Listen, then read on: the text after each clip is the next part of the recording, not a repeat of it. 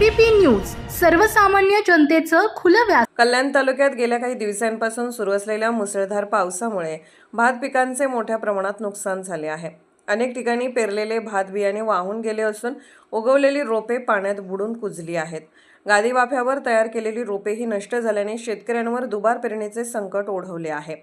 पुनर्पेरणीसाठी आवश्यक भात बियाणे व रोपे उपलब्ध नसल्याने शेतकरी चिंतेत असून यंदाच्या खरीप हंगामातील भात उत्पादनांवर परिणाम होण्याची भीती व्यक्त केली जात आहे। पोई येथील शेतकरी गुरुनाथ सांबरे यांनी तहसील प्रशासन व कृषी विभागाने तातडीने पंचनामे करून नुकसानग्रस्त शेतकऱ्यांना आर्थिक मदत, बियाणे व इतर आवश्यक सहकार्य उपलब्ध करून द्यावे अशी मागणी केली आहे। दरम्यान ओझरली गावासह परिसरातील शेतांचेही पुराच्या पाण्यामुळे मोठे नुकसान झाले असून सामाजिक कार्यकर्ते भरत दळवी यांनी शेतकऱ्यांनी नुकसानीचे अर्ज, छायाचित्रे संबंधित प्रशासनाकडे सादर करण्याचे आवाहन केले आहे। एबीपी न्यूज नेटवर्कसाठी प्रतिनिधी भरत दळवी, मुरबाड।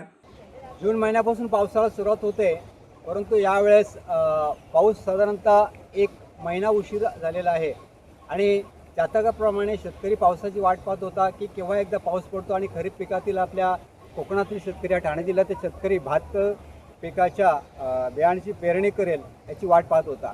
साधारण मला वाटतंय 25 ते 27-28 तारखेच्या दरम्यान साधारणतः पाऊस पडला, त्यामुळे शेतकऱ्यांनी भात पिकाची पेरणी केली।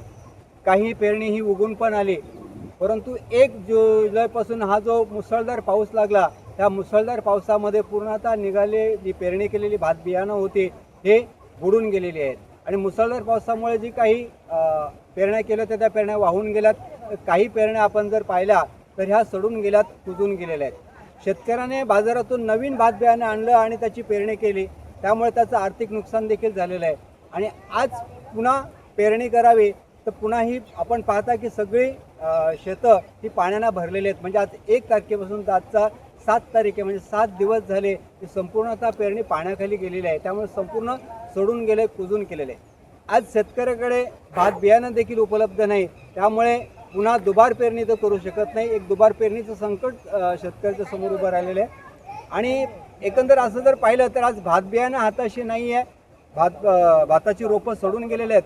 त्यामुळे ठाणे जिल्ह्यातल्या शेतकऱ्याचा हा खरीप हंगामातील भाताचं जे पीक आहे, हे भाताचा हंगाम म्हणजे खरीपाचा हंगाम निघून जाते की काय अशी एक चिंता शेतकऱ्याच्या मनामध्ये भेडसावत, एक भीती शेतकऱ्याच्या मनामध्ये निर्माण झालेली आहे। तरी माझे प्रशासनाला विनंती आहे की आज ठाणे जिल्ह्यातल्या शेतकऱ्याचं जवळजवळ हे पेरणीचं संपूर्णतः नष्ट झालेले आहे, तरी यावर प्रशासनाने, सरकारने या कोकणातील किंवा ठाणे जिल्ह्यातील शेतकऱ्याला काहीतरी भरीव मदत करावी यासाठी अशी विनंती आहे। महाराष्ट्राचे सर्वमान्य दैनिक समर्थ गावकरी अहमदनगर, पुणे, नाशिक, जळगाव, धुळे, नंदुरबार, सोलापूर, कोल्हापूर, सांगली, सातारा, मुंबई, ठाणे, पालघर, रत्नागिरी, रायगड, सिंधुदुर्ग, नांदेड, उस्मानाबाद, बीड, औरंगाबाद, नागपूर, गडचिरोली, भंडारा, गोंदिया, अकोला, यवतमाळ, बुलढाणा येथून एकाच वेळी प्रसिद्ध होणारे एकमेव दैनिक सर्वसामान्य जनतेचे खुले व्यासपीठ। संपादक आहेत विश्वासराव आरोटे। मोबाईल नंबर आहे 94 23 38 85 08। दुसरा मोबाईल नंबर 94 23 46 72 72। तिसरा मोबाईल नंबर 75 88 15 0001।